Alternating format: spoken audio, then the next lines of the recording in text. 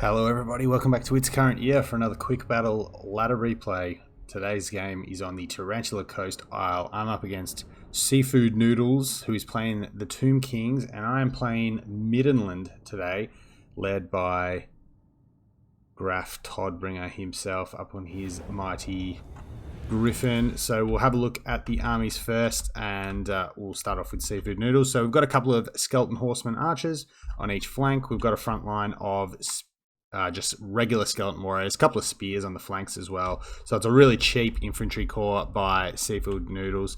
He's got some skeleton horsemen, the non-bow variant in the back. The Eyes of the Desert, which is a nice pick. They have a very high burst damage with their missile attacks. They're reasonable in combat, obviously with their anti-large. They're pretty much anti-large specialists. Reasonable weapon strength and stats when they're fighting large targets, but nothing to write home about. Really need to get that value, but they are stalked, and they, like I said, do have a lot of burst potential. And we have a pretty heavy chariot corps. This is what the Tomb Kings is all about. This is what the tabletop Tomb Kings used to do. So skeleton archer chariots here, 3 units of them. No doubt going to cause some issues for my infantry. And back here in the forest with the skeleton horsemen, we've got Ark the Black and 2 Tomb Princes. So my opponent here has indeed taken Guardian, so good on him. He's not abusing the Guardian bug. Only one of these Tomb Kings has the Guardian trait, but they have been taken pretty cheap. No items or anything like that. Arkin is over here with the Tomb Blade, as well as the Liber Mortis. He has taken the Purple Sun and Spirit Leech. So pretty stock standard kit here as well for Ark the Black. So we'll have a look at my force, the mighty Middenland force, distrusting of the Empire as they are. My front line is similarly pretty cheap. You know, we've got some shielded spearmen on the flanks, some regular spearmen here, and some halberdiers. Just to basically hold a little bit longer with their charge defense, potentially against the chariots, and I guess with a bit of armor piercing, they can potentially chip some damage off constructs and that kind of thing as well. So we've got a bit of a knight corps as well. 3 units of regular Empire knights. So 1 on the flank here, 1 in the rear, and 1 on the other flank. And we also have a unit of Knights of the Blazing Sun here in the forest. So again, some fire damage, great charge bonus, can kill infantry, and obviously can do some pretty nice work when they're on the cycle charge.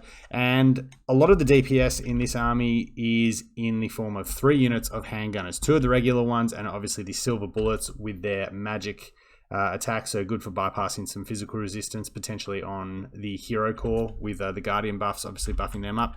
And up in the sky, we've got a combination. Well, Boris, I think he's reasonably good. I think he's actually a pretty decent pick in a number of matchups, but we've got an Amber Wizard on a Griffin. Now, personally, I'm a bit disappointed that the Amber Wizard Griffin model doesn't have 2 heads like you could do on the tabletop, but it is what it is. We've taken I meant to take the Flock of Doom, because that's why I took the Power Stone, to try and eke some extra ones out. If you're just going the transformation, you don't actually need the Power Stone. So that was just a mistake, complete oversight by me. But he's obviously got some hitting potential. You know, not a world beater in combat, all things considered, but good weapon strength. Needs a bit of support. Needs to fight in amongst infantry, because 35 melee defense and 50 armor isn't exactly anything to write home about. But a little bit in concert with Boris here and the debuffs he offers, and potentially a Manticore summon potentially can get some damage done. And obviously Boris, I have taken the Middenland Rune Fang and the White Cloak of Ulrich, as well as his debuffs. So obviously this terrain feature here means I can sort of fight on a fairly narrow frontage, and I don't necessarily have to worry as much about protecting my flanks with my infantry, and I can potentially even hold a few units of infantry back. So my opponent is obviously just having a bit of a look at what I've got, surveying the battlefield before he commits too heavily, and I'm sort of making a beeline here for this sort of little position here between the rocks. I know I can see off this unit of skeleton horse archers fairly easily. I've got a unit of knights which have come forward. They've hidden themselves in this forest. Haven't revealed the Knights of the Blazing Sun until right now, but the knights are going to move up. Obviously going to take a little bit of fire from the skeleton horse archers, but I'm going to return in kind with the handgunners, and the silver bullets getting a reasonably nice volley into the skeleton horse archer chariots. Not going to kill any models, but damage is damage, and you'll take it on things like the chariots, which do have the potential to actually cause me a few issues from range and in combat. So good target priority there. Obviously should have probably had the spears up and brought, obviously Halberd is not, do not have a shield block chance. And my Empire Knights here, seeing off these Skeleton Horse Archers and seeing a bit of a rear charge, potential to do some cycle charging into the Skeleton Warriors here. Likewise, these Empire Knights doing the same. Again, just getting as much damage in as possible. It might mean my infantry can hold longer, which means my handgunners can tee off and use their ammunition. And now we have our nice sort of charge defense infantry line here pushing up to the fight, ready to potentially push back the chariots. Boris and the Griffin likewise are just not going to get too overextended. The Eyes of the Desert are actually revealed to me now at the moment, so I don't want to go too far down here until I can maybe get a bit of an alpha strike on Aachen, and I sense an opportunity to possibly do that now. The Knights of the Blazing Sun have made their presence felt, and these Skeleton Warriors are dropping pretty fast. These Empire Knights here at the moment taking a little bit of fire. They won't care too much about that between their shields and their armor, but the Silver Bullets and the handgunners here are really teeing off, and the Horsemen taking the brunt of it. But I am trying to get some shots into Aachen. My Knights are obviously taking some fire from the Eyes of the Desert, and the Chariots are being reduced to basically archers at this stage, as I do put in a bit of a pursuit of these Skeleton Horse Archers with my Knights.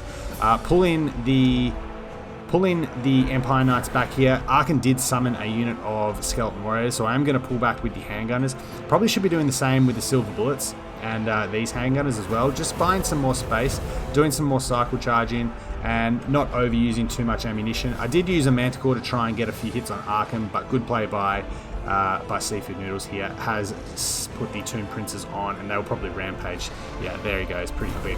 Now I do overextend a little bit here with these Knights. I do decide to go after and just commit to this fight now, but it's pulling the Chariots out of position. Unfortunately, the Chariots will destroy my Knights here, and they'll probably get chased off the board, but I've pulled them back from the main fight. My infantry's holding. It's allowing my guns to do a lot of damage and use a lot of their ammunition, but the Ushabti summon now is on top of the Silver Bullets, and I do have, like I said before, the opportunity here not to commit all of my infantry. So I am going to pull the Silver Bullets forward away from the Ushabti and get some Knights and Spearmen. It's probably a bit of an overcommitment from me. I probably just want the Spearmen here. The Knights should be doing some cycle charging down here, but we see the Eyes of the Desert here, stats being reduced to pretty average levels, and I do see the Tomb Princes and Aachen come in for a bit of a alpha strike here on my Griffin, so I will pull out. Need to be mindful though that the Eyes of the Desert do have a fair bit of ammunition left. But the Skeleton Warriors now are starting to push through, and it's starting to look, my gun line is under a fair bit of pressure here. Aachen's taking a bit of damage, this Tomb Prince taking a bit of damage, and the Chariots are back on the scene. So I'm having to run with these handgunners. I'm having to try and restabilize here. The Ushabti are going to degen, but again, probably just missed an opportunity to pull my handgunners back. They are on guard mode, and I have got some infantry coming back in here, but once more, my handgunners sort of just under a little bit of pressure until Boris and the Amber Wizard can come and relieve them. The cavalry, the Knights of the Blazing Sun here, is at least using their mass. I have done another Manticore summon, trying to hold the Chariots off, but now that they have broken through, even in their state, they're more than capable of running down the handgunners here. So Eyes of the Desert suffering a few withering salvos from our handgunners on the right flank, but the Silver Bullets have been routed, and unfortunately my cavalry is routing now, and just the sort of inexorable advance of Skeleton Warriors and Chariots here is going to probably spell doom for this unit of handgunners. Mind you, they have accrued a fair bit of value if we have a look at this. Only 9 kills, but they've been shooting at things like Aachen, the Tomb Princes. So yeah, 1300 damage. If that's it for them, they've done their bit, and they can't really do too much more. But the Spirit Leech obviously going down on Boris. He will heal through a good deal of this, but my Amber Wizard is getting low. This Feral Manticore is starting to degen. We are going to take one Tomb Prince down completely. I think before this fight it does turn against me, but the anti-large and the armor piercing, and now the shots from the snacks really starting to cause some problems. But this unit of handgunners likewise is online, but really on borrowed time now, because the chariots are going to get a pretty nice charge, and it's right down the flank as well. So taking a decent amount of unit models with me. They're starting to waver. Unfortunately, the halberdiers are also starting to sort of falter on this line, and my gun line, impressive as it once was, is now under basically in a full retreat. Amber Wizard here probably will rally, and Boris has rallied with a decent amount to go on his healing cap. So I'm going to bring him back to the fight now, and I'm going to try and just buff out as much as I can here and buy space with these spearmen and try and get maybe one more alpha strike on Boris. You can see the good thing obviously about Boris is when he does pull down for these, he does obviously nuke the stats, and Arkin is taking a big hit here but will unfortunately get away. Another Spirit Leech will probably just about rout off this Amber Wizard for good. He may get one more attack in. I don't think he does. He got an animation, but I don't think that hit home. But the Sepulchral Stalkers probably just going to kill him now with a salvo. But I do have some infantry, and I do have some guns starting to stabilize over here. Unfortunately, the other two units have completely been chased off the field. This unit of Skeleton Horse Archers, having depleted their ammo, is making good use of themselves. So now I'm just basically trying to reform up here, get this unit of chariots off my guns, stabilize them, see if I can get some damage, but it's not looking great for me. I'm very disjointed. As you see, sort of my rallying, well, these infantry units will rally, but they're a long way away from the fight. So 146 and crumbling on Arkin. I make the call here basically just to spam click orders with my handgunners. I know if I can take him out, he's probably got a couple of Spirit Leeches left. As you see, my infantry is rallying, but the threat to me at the moment is there's still an anti-large Tomb Prince that can give Boris something to think about, and Boris is unfortunately trapped in and amongst chariots here. Granted, they won't do a lot of damage to him, particularly with the stat debuffs that are going down on him. 2 melee attack, so without their charge bonus they're not doing really anything to them here. But I see at this point my handgun is online. I do manage to brace just ever so slightly with the halberdiers, and this is pretty big because this unit here is struggling to force its way through and is now probably going to run into the spears. But this is where I realise probably I've got one chance. I've got to shoot my shot here. The chariots are pushing through.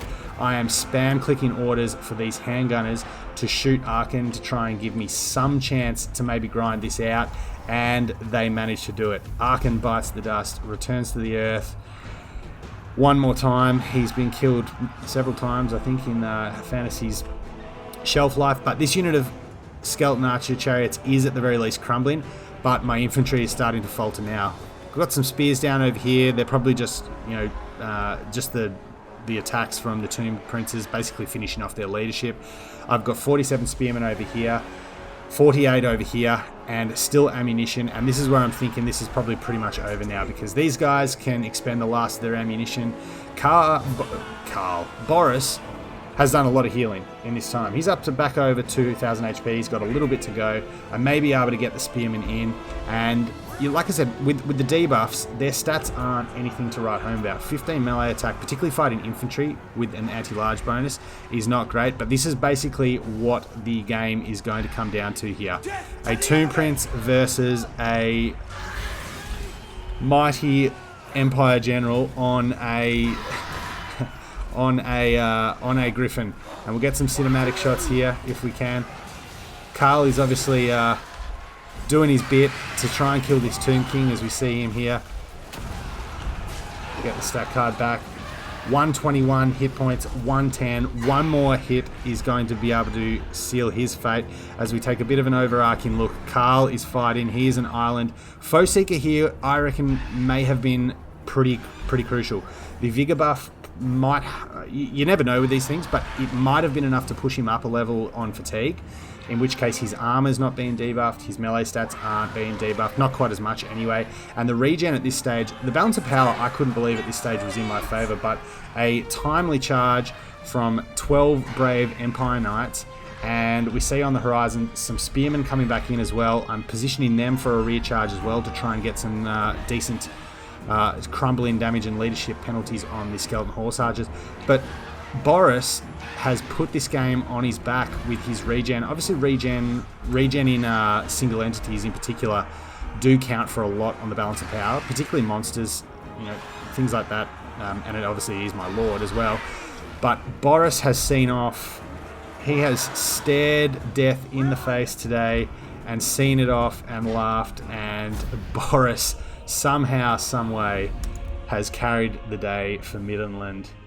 And what a day it is for Middenland. So, Walmart Carl, as people like to call him, he's managed to get over 2,000 damage value, and he's been, close to death for a large portion of that game. But just the regen from the Runefang is pretty significant. It's an 8 HP per second regen, which is pretty much the most you can get from a single regen effect. So it's very, very strong, particularly obviously on a Griffin where he has a reasonable HP pool and a reasonable healing cap. So he's done his bit. He's held the force together, and just the sheer, the sheer amount of work done by other troops in his presence with the melee stat debuffs can't be discounted from that either. Also worth considering that Empire Griffins do debuff leadership, which may have made a considerable difference to how quickly the Tomb Kings have crumbled at various parts of the battlefield. So the Amber Wizard, not a ton of raw damage value in his own right. Like I said, he needs a bit of support. Doesn't have great stats for a single entity, but that's kind of what you expect with a wizard, a wizard riding a monster. But the Manticore summons may have accrued a little bit more, and he's not. I suppose just with transformation, he's not going to be super expensive. Like I said, oversight by me. I don't know what happened. I think I was umming and ahhing whether to take Amber Spear or to take Flock of Doom, and in the end, I've taken neither, despite the fact that I took the Power Stone. But they're a fun little 1-2 punch. It's always nice playing with a character or a mount, I guess, option that doesn't get taken a lot. But the infantry line is pretty much done its bit. I mean, you'll take 300 damage value on a unit of spearmen any day of the week. So they've all gotten more than enough value back to justify the cost. And obviously fighting in that semi-narrow frontage meant that I didn't have to commit all of them to the fight at once. The handgunners, though, have been the MVPs here. All over 1,000 damage. They have netted a ton of value. Not a lot of kills because obviously my target priorities here were working down Arkan, the Tomb Princes, the Chariots, and the Eyes of the Desert. But yeah, they've all gained, or both the regular versions have gained a couple of chevrons, nearly 2,000 damage on them, and then the silver bullets as well, more than paying for themselves. The Knights, not a great deal of outright damage in their own regard. I'm a bit disappointed with the Knights of the Blazing Sun. I probably could have done a little bit more cycle charging with them. But again, thinning the infantry, allowed my infantry to hold on a little bit longer. It meant the chariots didn't have... Well, the chariots were actually distracted by a unit of knights, probably this one, in the back, and pulled away from the fight. So, you got to... I guess, yeah... You got to look at more than just the raw damage value, but the MVPs here definitely Boris and the handgunners. So for Seafood Noodles, decent value on the on Arkan. He was spirit leeching away all game. We did see a purple sun, but we saw a couple of good Lever Mortis casts, and then really great value on this Tomb Prince here. Nearly, if he'd have managed to land a few more hits and kill Boris, this. That probably would have triggered army losses, and I would have lost. So just the stat debuffs in the end, probably his downfall, despite his anti-large bonus. Other one I managed to shoot down, I think, pretty considerably. So he's probably taken a fair bit of damage from my ranged assets. But skeletons do what skeletons do. They just die and soak up a lot of damage and whatnot. But the chariots did their bit. Both of these units getting well over 1,000. This one not quite so much, but I think all of them expended most of their ammunition. Managed to finally see off the handgunners once they were committed to that fight. Eyes of the Desert getting great value. I think they pretty much contributed to the Amber Wizards' downfall. But overall, a pretty nice list. It's cool seeing the Tomb Kings played as a real chariot faction, as they kind of had a name for doing that on the tabletop. So thanks to Seafood Noodles for the game. It was a really close one. Could have gone either way, but you get a little bit lucky sometimes in this game. And I think I probably got it. When I saw that Boris was up against a Tomb Prince, and they were both relatively sort of at the same level. I thought I might be out of luck because I didn't have a lot of supporting infantry in that fight either. But great game nonetheless. Thanks to Seafood, and obviously worth mentioning, he knows obviously about the Guardian bug because he didn't take Guardian on both of them. So big ups to Seafood Noodles. But thanks for checking it out. Hope you enjoyed the battle. I'll be back with more soon. Been a bit quiet on the channel lately, but stick around and there will be more to come. Take care.